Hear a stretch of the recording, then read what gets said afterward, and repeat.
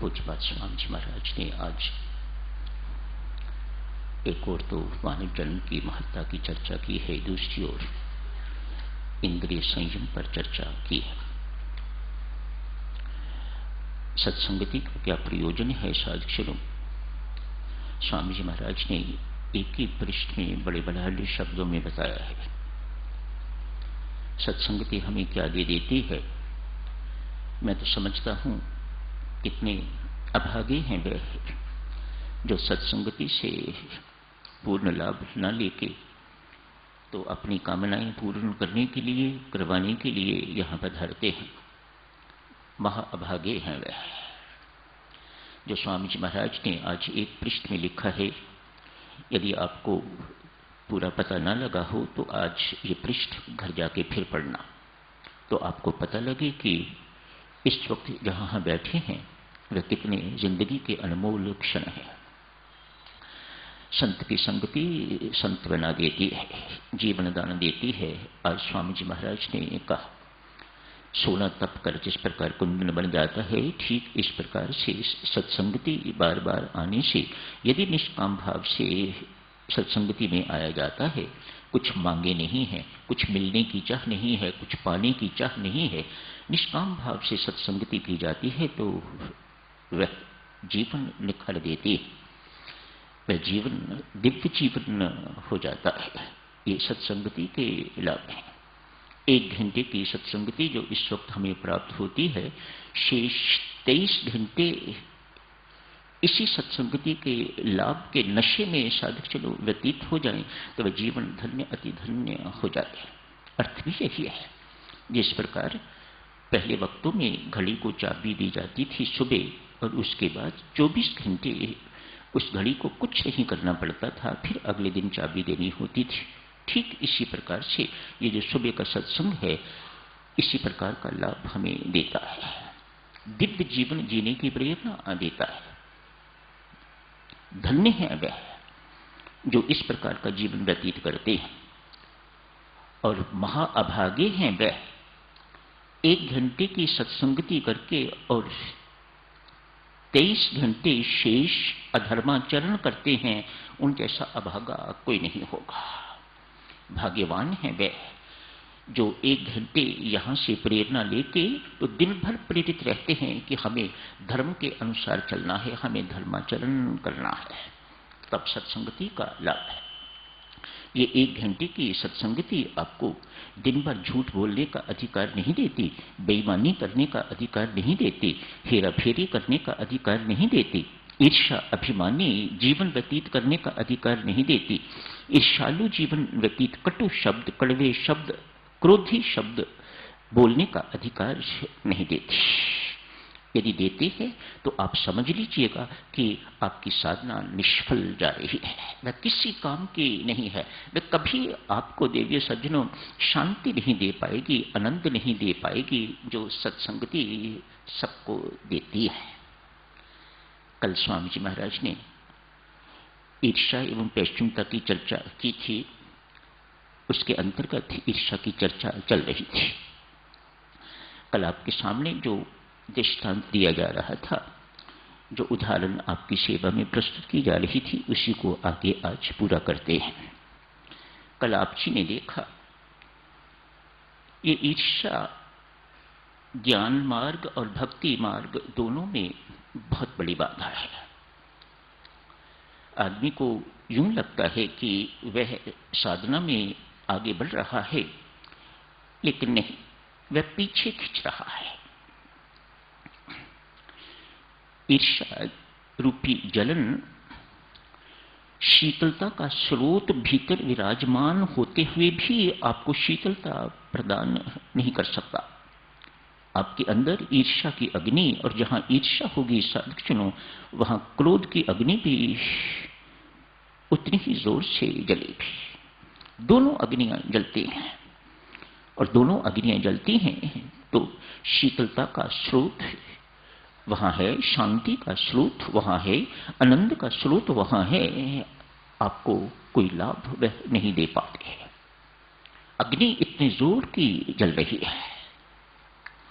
ये रोग साधक चलो, जैसे कल आप जी से अर्ज की थी, बचपन से ही शुरू हो जाता है। मानो यदि इस जन्म में इसे खत्म नहीं किया जाता तो ये अगले जन्म में भी आपके साथ ही जाएगा। बच्चा अभी जो पैदा हुआ है, अभी उसने क्या बेचारे ने कर्म कर लिए हैं, लेकिन उसके अंदर ईर्ष्या और क्रोध शुरू से ही शुरू होता है। कल आपसे अर्ज की थी, दूसरा बच्चा पहले साल 2 साल के बाद दूसरा बच्चा पैदा हो जाया करता था, अब शायद देरी होती है। दूसरा बच्चा पैदा होते ही बच्चा बड़े वाला ईर्ष्यालु हो जाता है और क्या चिन्ह प्रकट करता है, अंगूठा चूसने लग जाता है। ये सब ईर्ष्या की अभिव्यक्तियां हैं।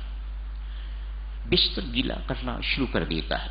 इससे पहले उसे ये आदत नहीं थी, बिस्तर पर पेशाब करने की आदत उसे नहीं थी, लेकिन ये दूसरा बच्चा आते ही उसके अंदर जलन जो पैदा हो रही है वह कई ढंगों से अभिव्यक्त हो रही है।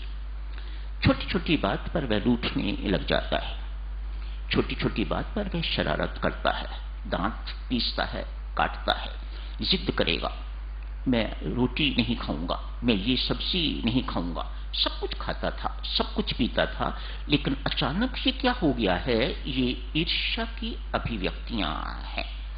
स्कूल में जाके भी औरों को लड़ाना शुरू कर देता है ताकि उसकी शिकायत घर जाए। यहां भी शिकायत करे, टीचर्स बैठे होंगे, उन्होंने ऐसे बच्चे जरूर देखे होंगे स्कूलों में जो इस प्रकार का बिहेवियर, इस प्रकार का व्यवहार करते हैं। ये सब ईर्ष्या की अभिव्यक्तियां हैं, ईर्ष्या के चिन्ह हैं। वह बच्चा जिसकी सारी की सारी अटेंशन माता पिता और सारे परिवार की उस पर थी, आज बिखर गई है, ये बच्चा सहन नहीं कर पाता। यही ईर्ष्या है। बहन बहन के प्रति ईर्ष्यालु, देवर भाभी की, ननद भाभी की, देवरानी जेठानी की ईर्ष्या, भाई भाई की ईर्ष्या, आजकल सब बहुत प्रसिद्ध ईर्ष्या है। महिलाएं देवियों बहुत भावुक होती हैं, इसलिए अधिक ईर्ष्यालु भी होती हैं। ऐसा अर्थ मत समझिएगा कि इनके अंदर, हमारे अंदर ईर्ष्या नहीं है, बहुत है, लेकिन आपके अंदर चूंकि भावुकता अधिक है इसलिए ईर्ष्या भी बहुत है। कल आपसे अर्ज की जा रही थी, देखो ईर्ष्या किस किस प्रकार से काम करती है। आप ये तो मानते हो, कल भी आप जी से अर्ज की थी, जिसके प्रति आपकी ईर्ष्या है, आप मानो न मानो, जानो न जानो, स्पष्ट है वह आपसे आगे है, तभी आपके अंदर उसके प्रति ईर्ष्या है, नहीं तो कोई ईर्ष्या का कोई अर्थ नहीं। ईर्ष्या हमेशा जो अपने से बड़े होते हैं, आगे होते हैं, उच्च होते हैं, उन्हीं के प्रति हुआ करती है। तो वह व्यक्ति जिसके प्रति आप ईर्ष्यालु हैं वह आपसे आगे है। आप इस बात को जो कुछ मर्जी कहो, मन ही मन बिटिया आपका भी मन करता है जहां वह पहुंचा हुआ है, जहां वह पहुंची हुई है, मैं भी पहुंचूं। बहुत अच्छी बात है, यहां तक बहुत सुंदर बात है। जब नहीं पहुंच पाते तो निराशा होती है, तो वह निराशा किस प्रकार से प्रकट होती है, वह इस जलन के माध्यम से प्रकट होती है।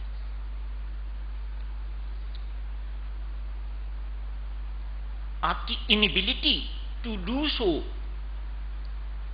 आपकी अयोग्यता वहां पहुंचने तक, उस जगह तक जहां तक वह पहुंचा हुआ है या पहुंची हुई है, आपकी अयोग्यता ईर्ष्या के माध्यम से, जलन के माध्यम से प्रकट होती है। आप क्या करते हैं, उस व्यक्ति में बेशक कोई दोष नहीं है, लेकिन आप ढूंढ लेते हैं।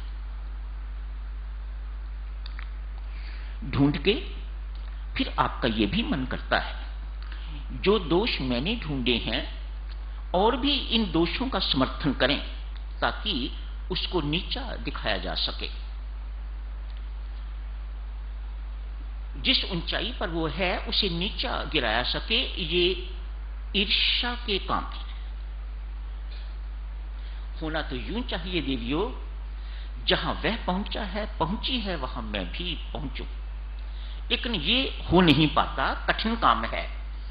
दूसरा काम आसान है, गंदा है, मलिन है, मन को गंदा करने वाला है, आपको पतनोन्मुख करने वाला है, पतन की ओर ले जाने वाला है। आदमी उस काम में पड़ जाता है, उसी को ईर्ष्या कहा जाता है। दूसरे को दुख देने में, दूसरे को दुखी देखने में बहुत सुख महसूस होता हो तो समझ लेना कि ईर्ष्या काम कर रही है। यही आप चाहते हो। एक वृद्धा की बात चल रही थी, कुबड़ी है बेचारी, ऐसे करके तो चलती है, हाथ में एक डंडा सा रखती है, उसे पकड़ पकड़ के तो वह चलती है। लोग उपहास करते, मजाक करते हैं। वृद्धा, बूढ़ी, कुबड़ी, ऐसे नामों से उसे पुकारा जाता है। बेचारी कुछ कह नहीं सकती, कुछ कर नहीं सकती, भीतर ही भीतर कुड़ती रहती है। हो सकता है बच्चे छोटे हों तो उनको स्टिक दिखाती भी हो, लेकिन भीतर ही भीतर बेचारी कुड़ती रहती है। मन ही मन उनका अनिष्ट भी सोचती है।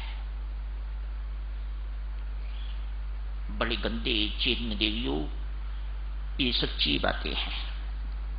मेरे पर हंसने वालों, तुम भी ऐसे हो जाओ। ये आशीर्वाद तो नहीं है। इस वक्त आशीर्वाद देने की आयु है, आशीर्वाद देने चाहिए। आपकी वृद्धावस्था की महानता, बड़प्पन इसी में है कि आप बड़े बन के रहो। ये छोटों का काम है दूसरों का अनिष्ट सोचना, और बड़ों का काम है हर एक का कल्याण हित सोचना। Each has got nothing to do। जो भी ये काम करता है वह बड़ा है, और जो भी वो काम करता है वह छोटा है। ये वृद्धा बेचारी इसी तरह की है।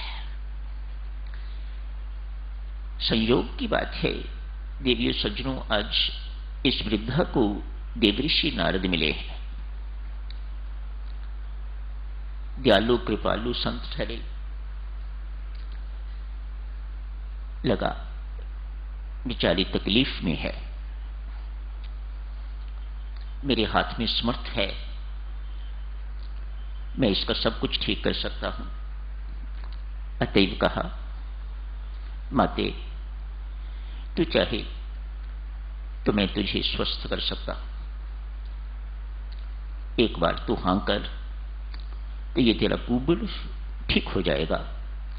वृद्धावस्था तुझे दुखदायी नहीं लगेगी, आसानी से शेष जीवन व्यतीत हो जाएगा। वृद्धा कहती है, अहोभाग्य महाराज, आप जैसे संत महात्मा के ऋषि के दर्शन हुए। बदकिस्मती है, संत के दर्शन से भी हर कोई लाभ नहीं ले पाता।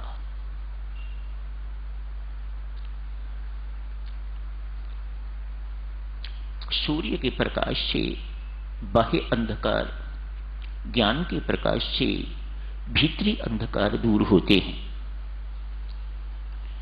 जितने अपराध इस प्रकाश में होते हैं उतने शायद अंधकार में नहीं होते। तो ये सूर्य का दुरुपयोग है, उसके प्रकाश का दुरुपयोग है, ज्ञान का दुरुपयोग है। आज देवर्षि नारद जैसे संत के देवियों दर्शन हुए हैं। वृद्धा कहती है, यदि आप सचमुच मेरे ऊपर दयालु हैं तो महाराज एक कृपा कीजिएगा, जितने भी मेरे ऊपर उपहास करने वाले हैं उन सबको कुबड़े कर दीजिएगा। देवर्षि नारद, परमात्मा करे हम में से कोई भी ऐसा कभी ना हो। देवर्षि नारद हक्के बक्के हैं। क्या मांगा है इसने, मैं क्या दे सकता था इसे, इसे जीवन भर का सुख दे सकता था, लेकिन अपने स्वास्थ्य का सुख न मांग के तो इसने दूसरों को दुख देख के सुख पाने की मांग मेरे सामने रखी है। बहुत खिन्न है देवऋषि नारद। स्वस्थ हो जाती, सुखी जीवन व्यतीत करती, लेकिन उसे इस सुख की परवाह नहीं है, इस सुख की इच्छा नहीं है। उसे शायद इससे अधिक सुख मिलता है दूसरों को दुख देके, दूसरों को दुख पहुंचा के। कल आपसे अर्ज की थी ना, अपने दुख तो दुख हैं ही अपने कर्मों के अनुसार। एक दुख इस कारण भी है कि अमुक व्यक्ति सुखी क्यों है, उसके सुख को देखकर भी व्यक्ति दुखी होता है। ये ईर्ष्या का चिन्ह है, ईर्ष्या अभिव्यक्त हो रही है।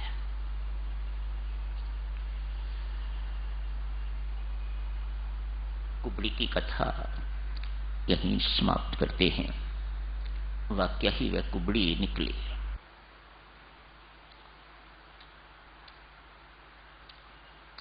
जिसने संत की कदर नहीं की।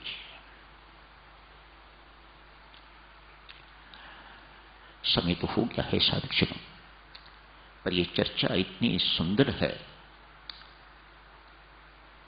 हर एक को जितना भी हो सके इसे अपने जीवन में उतारने की चेष्टा करनी चाहिए। कल आप जी से अर्ज की थी, बहुत सी शारीरिक मानसिक रोग ईर्ष्या के कारण। क्यों? इस ईर्ष्या से बहुत से और दुर्गुण भी जुड़े हुए हैं। उन्हीं दुर्गुणों से ग्रस्त होके तो आदमी शारीरिक रोगों से ग्रस्त होता है एवं मानसिक रोगों से ग्रस्त होता है। आजकल एक रोग चला हुआ है जिसे डिप्रेशन कहते हैं। ढूंढ के देखिएगा, उस डिप्रेशन का कारण इन्हीं रोगों में से कोई है। आज एक 34-35 वर्ष की यहीं की घटना है देवियों। 34-35 वर्ष की महिला, वृद्ध तो नहीं है लेकिन वृद्ध दिखाई दे रही है। पीला फेस, कई महीनों से कई वर्षों से अनिद्रा का रोग, स्लीपलेसनेस, डिप्रेशन, तनाव भरा जीवन, दिन भर भी थकान, रात को भी थकान, सुबह उठते ही थकान, इरिटेबल जीवन, नर्वस वीकनेस, इस सारे के सारे चिन्ह लेके अनेक वर्षों से एक महिला जगह जगह डॉक्टरों के पास जाती है। कल कर लेंगे साधक चर्चा आगे। आज यहीं समाप्त करने की इजाजत दीजिएगा।